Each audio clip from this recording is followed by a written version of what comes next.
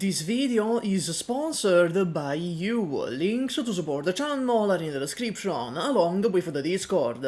Hello there, Arknight's most hated YouTuber here. Once again, Jesus, it's been a while. Kept you waiting, huh? Before we start, Lazy goes from her current tier up to C. I forgot about her module. And regrettably, Gladia has to be moved up to B.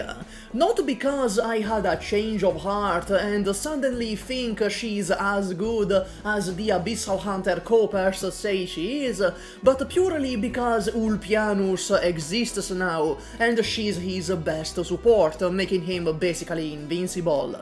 I'll keep the rules part of this brief. First of all, we will be assuming that you have an optimal account. This means having every operator at optimal levels.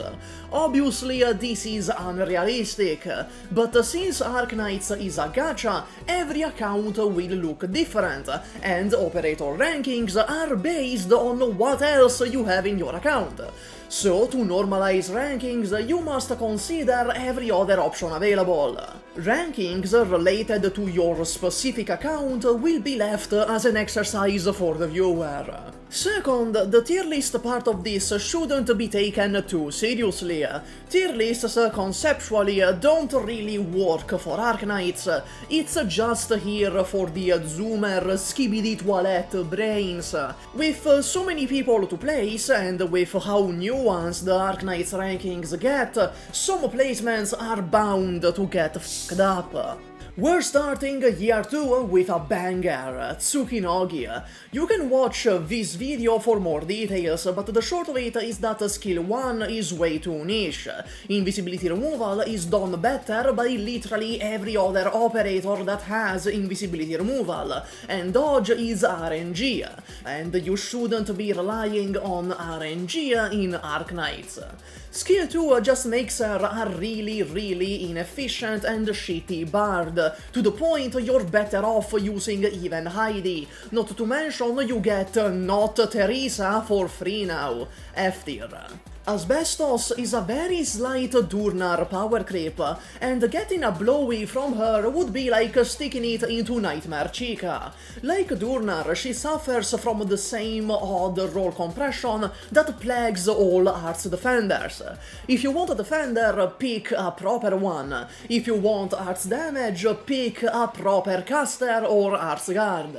You never really need the specific roll compression of a tanky unit that can deal some Arts DPS. She's not bad though, C tier. Rosa kind of got mogged by Typhon's intense mewing, but Rosa still has her niche to fulfill. Her skill 2 is generally better than Typhon's, and her skill 3 has crowd control. If you can time it, Rosa's skill 2 ends up being the better skill. But imagine timing things. Who wants to strategize in their strategy game, am I right, boys? While she wasn't fully power crept, I do struggle to find stages where she's the optimal choice. C tier. Podenco commits actual war crimes with her skill 2. She's alright, good slower, solid damage, can silence, and her skill 1 heals for some reason. You're literally never gonna use this thing, but skill 2 is neat enough to somewhat make up for it. C tier again.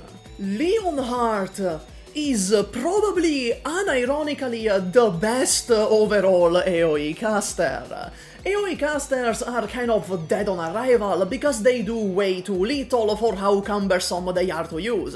It's not an issue of the archetype, but rather that Hyperglyph can't design a good one for the life of them. But Leonhardt manages to pull through by somehow being the only AoE caster with Res Shred, and the only one with actually good skill rotations. B tier. has the Andreana curse of HP locks. If you don't recall why these are bad, it's because it inherently makes the operator reliant on other operators, which is unoptimal both because you're using 2 squad slots for what most other operators do in one, and because the game is slowly growing more and more in the direction of operators being self-sufficient. Or at least I thought so. I can't put a any higher than Dia. At least her skill 1 is okay. Ayerscarpe very much feels like a banner filler made for the yaoi with Leonhardt, which admittedly is pretty peak. He has a very minor attack speed buff and switches to arts when skills are active, for the same reasons as Broca in the previous video 500 years ago. This is not that good. If you want arts, just use an arts operator. Switching damage types would only work on a skill like Mountain Skill 2. Also, Leto has higher DPS. E-tier. With Click, the trifecta of strangely good crowd control for being 4 stars is complete. She's basically the arts version of Mei. She's amazing in IS, provides great crowd control which can extend outside her range since she's a drone caster, and the DPS isn't too shabby either. Though I wouldn't put her on the same level as Mei and Ethan, she's still good. But not Ethan good, you know? B tier. Folinic and her consequences have been a disaster for Arknights. Back when she released, she was just a silly little goober, not wearing a bra apparently, and being the only medic in the game that could deal damage. This opened the floodgates to every archetype being infected by the guard symbiote. We have her to thank for the domino effect that led to Reed Alter, and possibly even Mudrock, Penance, Horn, and Jessica Alter. Folinic proved non-DPS archetypes could, in fact, DPS. Outside of the history lesson, though, she's pretty trash. She fails on ground that she strikes the perfect middle between both her healing and her DPS, sucking ass compared to the competition. E-tier. My lawyer has advised me to keep the Suzuran segment brief. Her skill 3 makes her the best debuffer in the game, along with arguably Thorns Alder, slowing and making all enemies take a lot more damage in a gigantic range. Skill 2 makes her a really amazing slower, shining particularly in SSS, though let's be real, who even plays that mode anymore? A-tier. Sin is basically only good for her invisibility removal, and Elysium, Silverash, and Ines are better at it. She's a serviceable summoner, surely one of the better ones, but summoners are inherently a bad archetype for the reasons on screen now that I won't repeat for the 10th time on this channel. D-tier. Beeswax is good for the Patriot stage, since she can tank all his spears completely self-sufficiently, and just about nothing else. The issue with her is that you just never need her role, which is being a high ground tank, by virtue that 90% of enemies are on the ground, and those in the air can hit the ground, so a ground tank is better anyway. I can only see it being relevant in the Patriot stage and in the Chongyue event. E-tier. Chiave is a Texas side grade. He has the tiniest niche in the observable universe by giving huge buffs to robots, and pretty much has the same skill as Texas, with the difference that he res shreds instead of stunning. Ultimately, it comes down to why would you use your Vanguard to be a debuffer in the first place. Texas' stun is much more versatile and she has a better talent. D tier. Andreana has the curse of HP locks. Unless you have a subscription to Dementia Plus, I shouldn't explain again why this is bad, but unlike Her kit outside of the HP lock is complete ass. Her one claim to fame is being a decent buff for the Abyssal Hunter squad, since allegedly she is one of them. F tier. Jaye is a really good unit. It's pretty interesting to see how some of the more future-proofed units from Arknight's earlier years happen to be 4 stars. In essence, as long as you can pay the constant DP cost, and as long as Jaye can deal decent damage to the enemy, he's basically immortal. He's a lane holder, a staller, a healer, and a pseudo-fast redeploy all at once, though he does need enemies with relatively mediocre stats to function. B tier. A lot of people say Thorns fell off, but I don't know what the f they're talking about.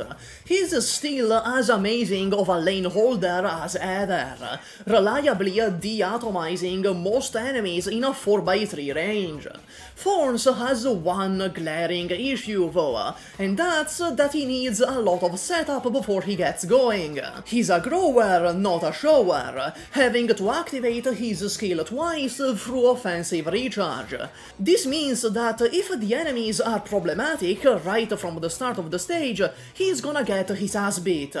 Thorns needs weaker enemies at the start to farm SP off them, but that's not a hard thing to achieve at all. Thorns not being able to charge is a concern that basically only comes up in CC, and we only get those events once every 500 years, and they suck ass anyway, so... Plus, his module erased any concern of him not being able to keep up with present-day enemies. The poison stacking is really strong. This might be controversial, but I'm giving him the S tier. Acid Drop just kind of exists, and I bet all of you forgot she even does that. She's a 4-star Provence, and that should tell you all you need to know. She doesn't do anything beyond lots of damage, and comparatively it's not even that much. E tier. Tomimi was one of those notoriously bad units. You may notice a pattern with Year 2 so far. If in Year 1 it was horrible SP costs, in Year 2 it's very strange and sometimes downright useless roll compression. Be it Chiave debuffing, Podenco being able to heal, Asbestos as a whole, or in this case, a caster that also doubles as a high ground physical guard. I don't know in what situation you would ever need that, and even then she's not very good at it. Her damage is subpar, and her skill 2 is RNG, F tier. Flint is a banner filler 5-star. She's a brawler, so dead on arrival due to how damage calculation works in the game, and with odd roll compression of her becoming a block 0 crowd control with skill 2 on top of that. I see the vision. The idea is that brawlers attack fast, so you put an effect on that attack and it should proc very often. But then the question becomes, why are you using a brawler to crowd control, you know? F tier. I got a whole video on Eunectes. You can go watch that for more details. The short of it is that her archetype is the singular worst one in the game, objectively speaking. You can watch this video for more details. And she gets utterly gimped by it to the point she's damn near unusable. Without her module, trying to use Eunectes effectively is like masturbating with a cheese grater. With her module 1, she gets a lot better, but she still has a grocery list of flaws holding her down. Though, if the stars align and you can use her S3 effectively, it's very good. D tier. Whisperain, we once again have his attack type changing with a skill 2 active, and a niche for drone killing. He's not bad, but if you really want to kill drones, a marksman sniper is usually better. Also, the game calls him a vanguard even though he's a guard. D tier. Surtr, S tier. It's kind of funny how she was the next 6-star immediately after Eunectes, an operator who ended up being way too clunky to use due to being overbalanced. I guess just 2 weeks later, balancing was no longer a concern at Hyperglyph offices. She ignores 26 res with the module, meaning she always deals 26% more damage than she should be. Then Surtr also gets 8 to 9 seconds of immortality when killed, and just about deletes most things in the game. Also, did you know that Surtr treating herself when the immortality runs out actually does count as a retreat, meaning you get refunded part of her DP cost? Because why the f not? There's far better DPS units nowadays, but Surtr still holds up. Just because Moinar or Dijon Breaker are better, it doesn't mean Surtr became bad or that she fell off. April is one of those units where once every 1000 stages, when your horoscope agrees and there's a waning crescent in the sky, she'll save your ass. Basically, she's a pseudo-fast redeploy sniper with camouflage, meaning she won't get hit by most things. Extremely niche, but a niche with actual real uses, so C tier. Mint sucks ass. She's dead on arrival for the same reasons as Beeswax, but unlike her, she's not even a good high ground tank, and her niche of pulling enemies and giving allies a moderate defense buff is rarely, if ever, relevant. F tier. Whislash is kinda like a Zwire power creep. She buffs the attack speed and defense of melee operators on the entire map. As recent operators have built-in attack buffs, attack speed buffs have become more valuable, so this does have some worth. However, if you're using Whislash to buff your operators, I pity you. There's far better options out there, like Wan Qing for example. E tier. Aosta is, as far as I know, the only operator in the game that inflicts bleed, which is like Blue Poison's poison, but scaling off of attack percent rather than being a fixed number, which does make it better. Though it's weird they made a whole unique bleed DOT effect only to give it to Aosta and nobody else.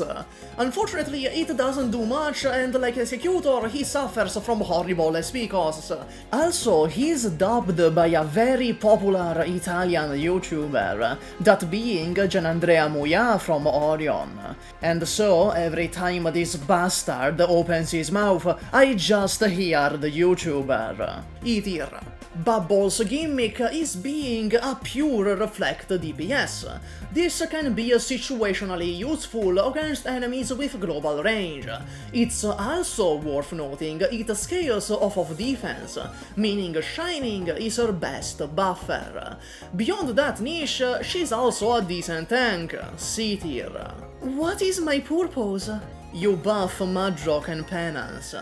Oh my god. She goes in C tier, decent lane holder, technically has some of the highest HPS in the game, and provides an amazing buff to 2 of the best units in the game, making them gain SP when hitting enemies. Though it's a bit overkill, as they are 2 of the best units in the game. If Blemishine could heal herself with a skill 3, she'd be like a solid A tier, but that's not the timeline we're in. Amiya guard is a Chen guard side grade. She literally has the same skill but deals true damage, which sounds good on paper until you see you can only use it once per battle because Malor. I wanted to put her in the same tier as Chen, but this restriction makes her damn near worthless. For true damage, there is better options, including the other Amiya and the other Amiya. E tier. Mudrock is honestly still an EX tier. She was broken on release and still is today. Her high DP cost is barely an issue since Myrtle exists, and unlike AoE casters, you can actually get something in return for it. That being an insanely good tank, amazing lane holder, decent crowd control, oddly good boss killing with skill tree, and shields that straight up negate damage instances. This means some stage gimmicks like the Chapter 10 cannon get completely nullified. Most of the time you can just put her down in a stage and forget about it, but if you really need that extra push, you can pair her with Blemishine or Civilite Eterna or Skadi Alter, though it's largely unnecessary in the vast majority of stages. I can't say the same for Rosmontis. She was trash, she is trash, and she will always be trash. She already struggled to find her place in the game with her lackluster kit, but now that Walter is in the game, they might as well have removed Rosmontis from the game. But fine, IS-5 exists, so she goes in E rather than F. Jaye concludes the first half of Year 2 with a disappointment on par with Joker 2. She's the second 4-star brawler with a dodge niche, which is 2 more than there should be. Her archetype cripples her and her dodge niche is strange. Her DPS also relies on these dodges to proc, making her unnecessarily RNG reliant, F tier. Whisperain would be very decent if Lumen didn't exist. Her skill 2 is an infinite skill that gives status resistance to all allied units for a little while, halving the duration of things like stun and freeze. The more perceptive among you may have noticed that this is Lumen's talent, so she gets power crept out the f***ing box before we even get to Lumen's skills. Lumen is a welfare unit, so Whisperain has no place in the game. You have no reason to ever use her above Lumen, beside her skin being f***ing gorgeous. E tier. Kafka is a quirky little schizo, because technically speaking, her optimal level is E01. This is because her skill 2 sucks and was basically an alpha test for what would eventually become Fortress Defenders. And you'd only use skill 1 for the sleep, whose duration doesn't change by upgrading the skill. So, an E01 Kafka and an E280 skill 1 mastery 3 Kafka will perform equally when it comes to stall. Said stall, it's not too good. Sleep is just worse than stun or bind, because only specific operators can attack sleeping enemies. So most of the time you can't really take advantage of that stall unless you need that extra time to charge skills, or it's an enemy whose HP lowers over time. D tier. Mountain is the easiest A tier of my life. If you're one of those people who's still stuck in 2018 and makes hating furries a sizable part of their personality, you won't like that, and I am sorry, please grow up. The short of it is that Mountain is extremely cheap, at just 1 more DP than Myrtle without potentials, has incredible self-sustain by constantly restoring 7% of his HP every second, deals AoE damage, can reduce the enemy's attack, and has a little physical dodge because why not? In general, he's an amazing lane holder, and can do it completely on his own the vast majority of the time, not even needing a medic.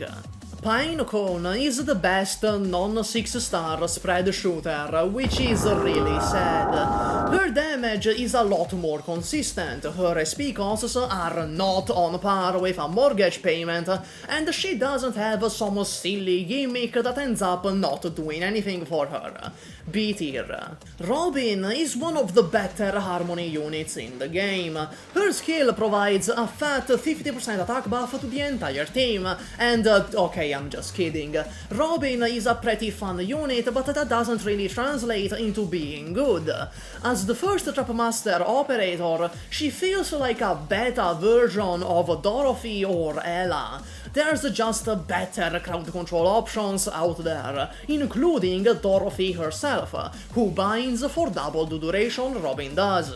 D tier. Archetto is the Greythroat power creep, and like Greythroat, she pales in comparison to any actually competent sniper. Her skills can be quite decent to clear out swarms, and in that Archetto excels. Until you remember, Exia can also clear swarms by virtue of killing each enemy very fast, and people like Fiammetta exists. Or l'Abomination. Though it is worth mentioning, Archetto has a tiny niche of being able to restore SP automatically for snipers with offensive recovery. C tier. Iris, or Blueswire before Blueswire, is not only a mystic caster but also a sleep operator. That makes it 2 mid archetypes for the price of 1. Mystic casters are finicky by nature of their gimmick. They need time to charge up stacks to deliver one strong attack, and Iris doesn't really have any sort of filter like other Mystic casters to make sure she doesn't hit some dumbass fodder enemy with the power of the sun, wasting her stacks.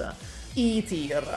Beanstalk is yet another good 4-star. Crazy how that keeps happening. She was the first Tactician Vanguard, and set off a domino effect that would eventually lead to our favorite 2DP boy Vigil. She's just a really solid unit, aided by being in a very solid archetype. B tier. Tuye has a non-skin that makes my cock explode, but beside that, she's really nothing special. Her skills are pretty unique, with skill 2 only being able to heal below 50%, but giving a fat HP injection instantly when an operator falls under 20% HP. She's better than people like Mir or Gavial or Folinic, but ultimately nothing to write home about beside that skin. D tier. Lava Alter is awful, she barely does anything. In effect, it's like you put her down on the field to stand around and jerk off. She's very obviously intended to be a wave clearer, but with damage so low you'd think she's using nerf guns. All she can truly clear is slugs, and with an SP cost of 70, she's useless in any stage with more than one singular wave to clear. F tier. Dusk is obscenely mid. Her skill tree has 100 SP cost. For that price, I expect her to come out of the screen and give me a handjob, but all you get is a mediocre skill that actively shoots itself in the foot. Obviously, a lot of attacks will happen at the edge of her range, and then a Freeling will be summoned on that tile. The Freeling will then block enemies outside of Dusk's range, so she can't hit them. It sucks so bad that people have gaslit themselves into thinking this was intended as a stall skill. In the end, Dusk's best skill ends up being skill 1. On paper, it has better AoE damage than Aya's skill 2, but in general you'd much rather use Aya anyway for the better range, lower DP cost, and most importantly, res shred. E tier. Saga is alright. She's funny because she's just a completely unapologetic siege power creep, continuing the anti-siege agenda at Hypergriff offices, starting with Myrtle erasing her niche completely, and ending with Siege Alter also being made as hell. Saga has very decent self-sustain, pretty good DP generation, solid DPS, and can give SP to allies, though it's pretty finicky to control. You also need to pay attention to her critically wounded gimmick, where enemies will take a while to actually die after they are killed, and they can go into the blue box while under this effect. C tier. Mr. Nothing truly is nothing. Bravo, Lowlight, you did it again. He's an RNG operator with 3 different effects which aren't that good to begin with, F tier. Ash is our very first collab operator. I'd put her in F tier just out of sheer principle because Rainbow Six is a dogshit game, but let's give her a fair chance. On release, everyone sung her praises as the Exia power creep, or at the very least, a comparable side grade. Then 2 weeks passed, and nobody ever used her again. Of course, part of this is because she's a super limited operator we didn't know would rerun until Ela, but the rest of it is that her kit was flawed from the beginning. Skill 1 and 3 are both bad, while skill 2 just doesn't hold up. You can watch this video for more details, D tier. Blitz is pretty much made specifically for the Defender Knight's niche. He has stun and silence in a 2x3 area that, for some f***ing reason, he can only use 4 times per deployment. The Rainbow Six Siege operators have this issue where, to mimic the game they come from, their skills can only be used a certain number of times per stage, which does nothing but hinder them. D tier. Frost is our second ever Trap Master. With skill 2, she binds and immediately attacks the enemy if it's within range. She's basically just a sniper with extra steps, D tier. Tachanka, just like in the game he comes from, is pretty dog water. He gets Lava Alter skill 2 on his skill 1, but on a way better cooldown and uptime. And skill 2 is barely even worth mentioning, honestly. Yet another DPS skill, but with RNG sprinkled on top. Without a buff army, you'll barely even tickle the enemies. E tier. Heavyrain is quite the oddball. The writing is not very good at all, the story is all over the place, and you can really tell it's one of David Cage's first games. Heavyrain the operator is also quite the oddball. She has 2 unique niches. With skill 1 she gives HP regen rather than a normal heal, meaning it can heal enemies like Mudrock or Swole, though it's subpar compared to better options like Civilite Eterna. Her other niche is granting camouflage. The most prominent use of this was way back in 1923, during the Walking the Dust event against the Emperor's Blade boss. In more recent times, it's becoming a struggle to actually put this thing to use. You'd much rather just deploy your operators correctly so they don't die in the first place and don't need camouflage. D tier. We have Passenger to thank if modules exists, and Spectre Alter too maybe. On release, he was so tragically dogshit that he couldn't even clear the LS4 Slug Wave at skill 3 Mastery 0. He brought upon us not only modules, but also one of the extremely few direct balance patches this game has ever seen, buffing chain casters along with dreadnoughts and AoE casters as well. Of these, only chain casters really won. So how does he hold up today? He's pretty good actually. With skill 3 he can easily clear just about any swarm of enemies, and inflict sizable damage on the more resilient ones, B tier. Kal'tsit, aka the Orphan Collector, is my favorite single target medic. Boy howdy, is she doing some healing right now. Her main weakness is that she takes up 2 deployment slots, but for those 2 slots you get the best true damage DPS in the entire game. If the boss has some piece of shit dodge gimmick like Andreana or Manfred, then they become literally free with Kal'tsit. Plus, skill 2 makes her an amazing lane holder. Not to mention, she has downright absurd uptimes. 71% on skill 2 and 57% on skill 3. A tier.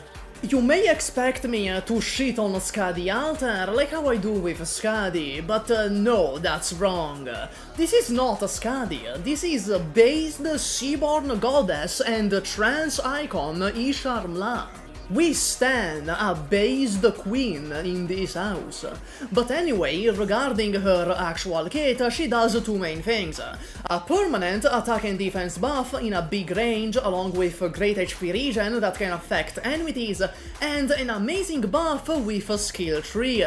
Really, you're gonna be using her almost exclusively for skill 2, just to plop her down and heal enemies, or provide very good support in a wide range to all your operators. She also has a summon that functions as a range extension, though the fact we have Civilite Eterna for free now does very much lessen the need for Skadi alter, A tier. Finally, we conclude year 2 with Akafuyu. She's horrible. I remember watching a stream from an Arknights Sniper Knights YouTuber one time, and we struggled for 3 hours to find a stage where Akafuyu was good.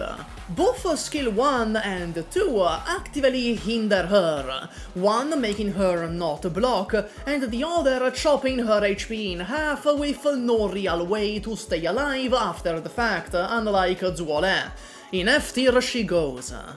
And that's all, max out your gummy. Bye! Wow, I can't believe you actually watched all of that, but I'm grateful. Holy shit, I am not making the year 3 video in like another 7 months. Every part of making this was absolutely dreadful.